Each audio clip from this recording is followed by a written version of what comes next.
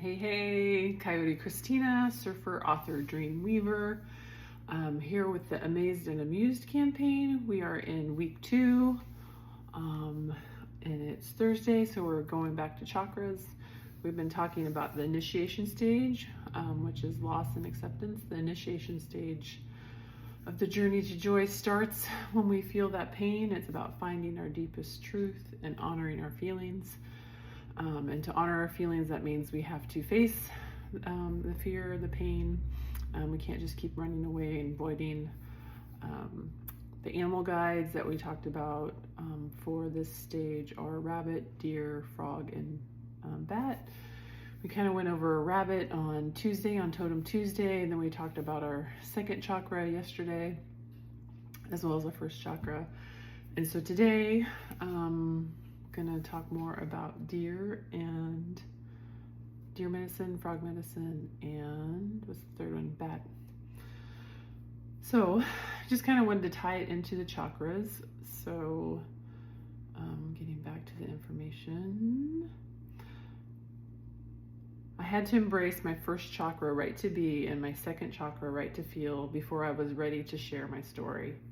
This is kind of talking about yesterday when I was saying how after I wrote my first book, and I thought I would share it with everyone and in the world, but then I think subconsciously the fear took over, and then somehow I just got busy in life. I say life took over, but really I think it was a subconscious fear that kind of distracted me and took me away from what is truly my heart's desire and my passion. So now I'm back. I've done a lot of work emotionally. Things that have helped me the most is what I'm sharing, which is the yoga, the breathing exercises, and meditation. Writing was my first therapy, and then it was yoga and meditation, and now my most recent therapy is surfing, which is by far the best therapy so far, and just absolutely amazing and fun. Completely engaged in life. So after going through and talking about that fear, so this is kind of the second chakra. If we have a deficient second chakra, we don't have the energy to move us past that fear or to face it. We just keep avoiding. So I had to embrace my first chakra, right to be, and my second chakra, right to feel, before I was ready to share my story. I had to identify the underlying fear, and rabbit medicine can help us with this, and then develop the patience and kindness to sit with the fear. And that's where deer medicine comes in. It can help melt away even all our fear and anger. And then we can croak with frog to sing away any person, place, or thing that does not contribute to our new state of serenity and replenishment. And that last little bit about any person, place, or thing is a quote from medicine cards. Trusty medicine cards. So I just wanted to read a little bit from my second book, Amazed and Amused. This campaign is centered around sharing information from Amazed and Amused, and the idea is to build community around healing, growing, and thriving, as well as empowering and inspiring each other to find, follow, and build a life of our dreams. So I just wanted to start here with deer medicine, gentleness. So deer its essence is gentleness. Deer medicine is centered on being gentle. The power of this medicine can melt away fear, anger, and indifference. Persistent love and gentleness can cause the meltdown of demons. Medicine cards, page 53. And my reflection on this, and I'm not talking about demons flying around out there somewhere. I'm talking about the ones we've brought along inside our soul, the ones that tie us to fate due to circumstance, and the ones that will remain for as long as we choose ignorance. What are your demons? Do they control your life, or are you in the driver's seat? So that comes in with what's the underlying fears? What have you not faced that's controlling and directing your life? And if you want to move in a certain direction, how do you identify that and then move in that direction? Basically, by becoming more self-aware and looking at it So, and also being patient and not judging and not blaming. So we are all doing the best we can. May the kindness and gentleness of deer be with you every step of your journey, guiding you to the life of your dreams and helping you love your personal demons until they melt away. Stop judging yourself and others. Focus on acting from love despite the fear and anger. So, and I'm preaching to the choir here too. This is all good information for me to soak in, and I'm hoping it's speaking to you and giving you some ideas. The next chapter in Amazed and Amused is about frog medicine and cleansing. And a quote from medicine cards: call to frog and find peace in the joy of taking time to give to yourself. A part of this giving is cleansing yourself of any person, place, or thing that does not contribute to your new state of serenity and replenishment. So what brings you peace and what brings you joy? These are the things that you should be focused on. It is frog medicine that calls the rains to Mother Earth each spring, cleansing and replenishing. So we've been going through that process. It's actually the first day of the first day of summer. So this is our last day of spring as we're talking about frog and rebirth. And again, from medicine cards, like frog, we are asked to know when it is time to refresh, purify, and refill the coffers of the soul. The key thought is to find a way to rid yourself of distractions and to replace the mud with clear energy. And that's page 189 in medicine cards. And then I reflect upon this part of frog medicine. I'm working on getting myself to a place where I am replenished. It has been a long, cold winter, and I have been muddying the waters with unnecessary distractions.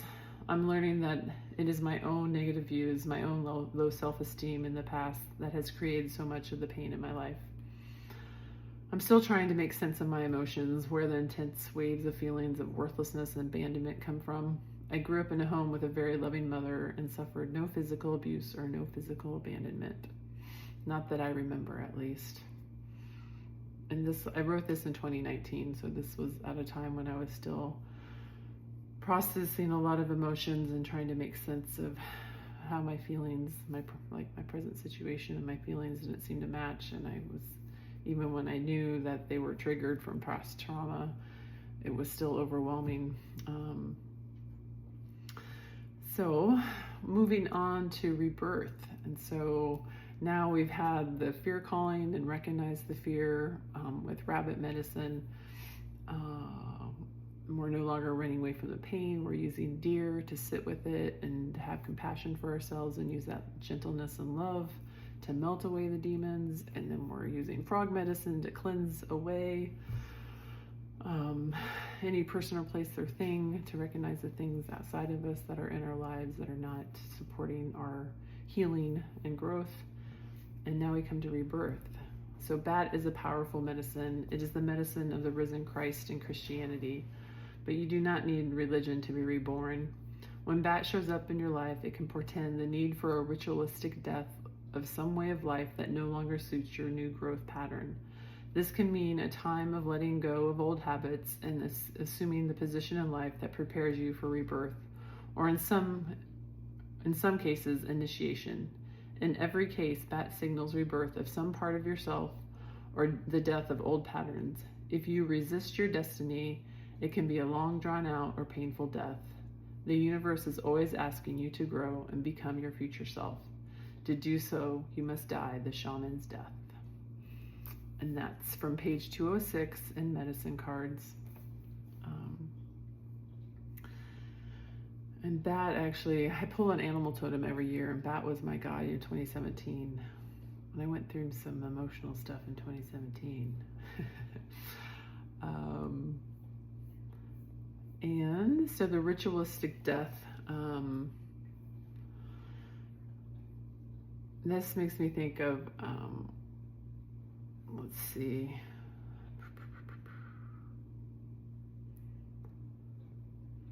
kind of my biggest shift in mindset maybe, which you don't even realize, but I was always trying to figure things out. I need to figure things out, which is problem solving is good, but when I get to a point where my problem solving isn't necessarily about solving the problem, it's about control.